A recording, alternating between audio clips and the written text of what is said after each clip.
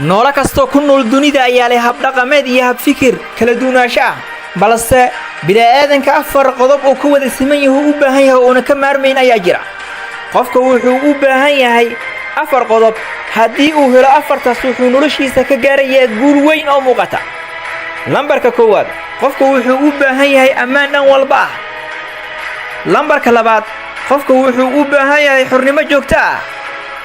lambarka saddexaad qofka wuxuu u baahan yahay awood uu ku kala saari kara waxa naftiisa anfaca iyo waxa aan naftiisa anficin lambarka afaraad qofku wuxuu u baahan yahay inuu helo dad jecel iyo mid ku yimaad doorashada naftiisa la xiriirta haddii uu helo afartaas qodob amba u dhammaystiran yihiin